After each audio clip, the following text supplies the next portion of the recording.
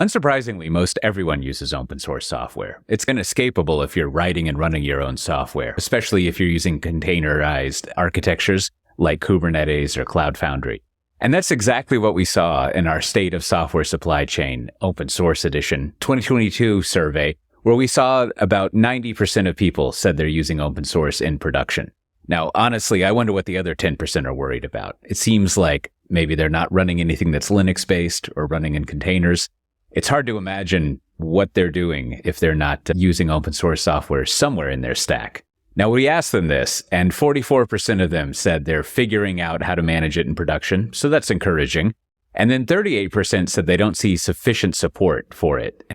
And then you had 34% who said that they hadn't got it into production. That's fine. They're just still working on the goodness of it. But again, this is a very small percentage of people, most of them working on figuring out how to get it into production, which is nice, because open source is all up and down the stack, from the UI layer all the way down to the system layer and in between there, especially if you're doing container-based application development nowadays. So why is it in there? When we asked people in this year what the benefits were, the number one benefit, aligning with what you would expect, is cost reduction, the cost savings that they had, with 80% of people saying that. Now, I've been around the open source world too long to admit, I guess, but there's always this fun saying that open source isn't free, even though you can download it, but costs you staff and management tools, maybe even paying a vendor for support, paying the public cloud company you're running your open source software on. So while it's true that it's not free, it does seem like it's pretty cheap. It always depends on what you're running there,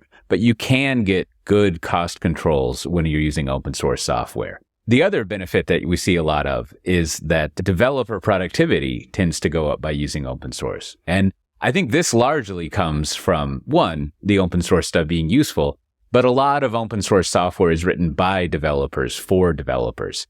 And this is a lot of the great innovation that you see in the open source world, is as projects come along every 3-5 years or so, they're always building on and making more usable, better for developers to use the previous generation of tools. And you certainly see this when Cloud Foundry was developed, when Kubernetes was developed, on and on. You can see developers are always focusing on making the tools they use better, whether it's in frameworks or runtime environment. Now, part of that is that developers also like to have choice in the tools that they're using. And this is a huge benefit of using open source software, is there are many options out there. And what this means is that you can allow your developers to have, the productivity, the morale boosting, the happiness benefit of choosing what they want to use. Also, it means that they have a lot of choice when it comes to picking the technologies that fit with what they want, that align with the other tools that they're using. So you're given more choice than just standard set of tools that might be the more closed source tools that you have to pick from.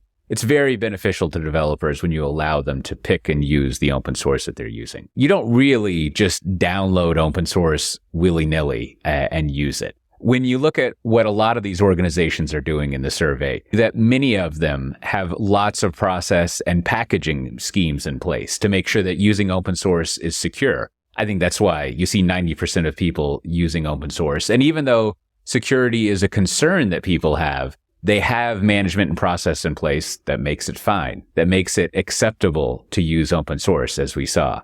And I think security is a little bit of, obviously it's important, but it's not really the full picture of why it's important to think about management and packaging and policy. Because the real thing that you're going to encounter, the real thing to be concerned about, is going to be getting the upgrades from the community, getting the new features, the performance improvements.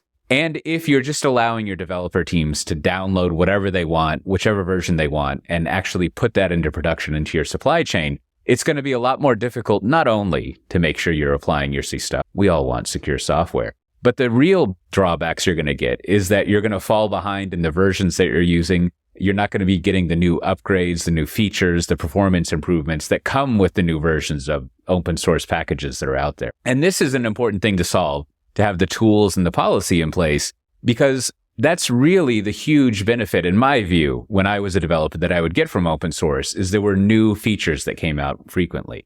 So that's the thing when you're thinking about using open source that you will want to spend most of your long-term thinking around. You can solve the security issues. You can even get your hands around like what you're using and managing it. But you want to identify good open source packages by thriving communities that are available to help support your use of the software, but also give you education and learning for your developers about how to use it. And then in turn, internally, what you want to do is set up the tools and the way that you package it, the way you deploy things to make sure you can upgrade it at a reasonable rate so that your developers can continue getting those benefits of new features in the open source community. You don't want them stuck on a 2, 3, 10-year-old version of the software that can't be easily upgraded. Now, for example, one of the larger banks in the world, Wells Fargo, they've got some great policy and tools in place for their containerized applications.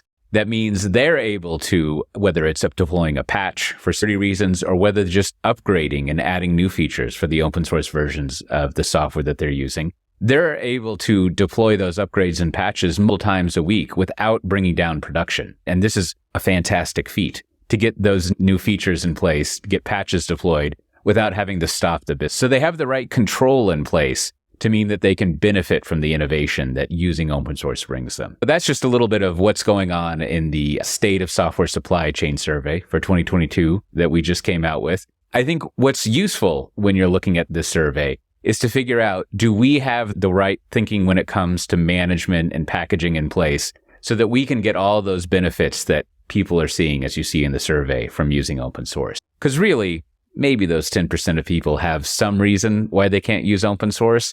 But governments, highly regulated banks, militaries using open source, and they're figuring it out. And it's all because they've put the thought into how they're managing and packaging that software and making sure that they're benefiting from the innovation it brings by having the right controls in place.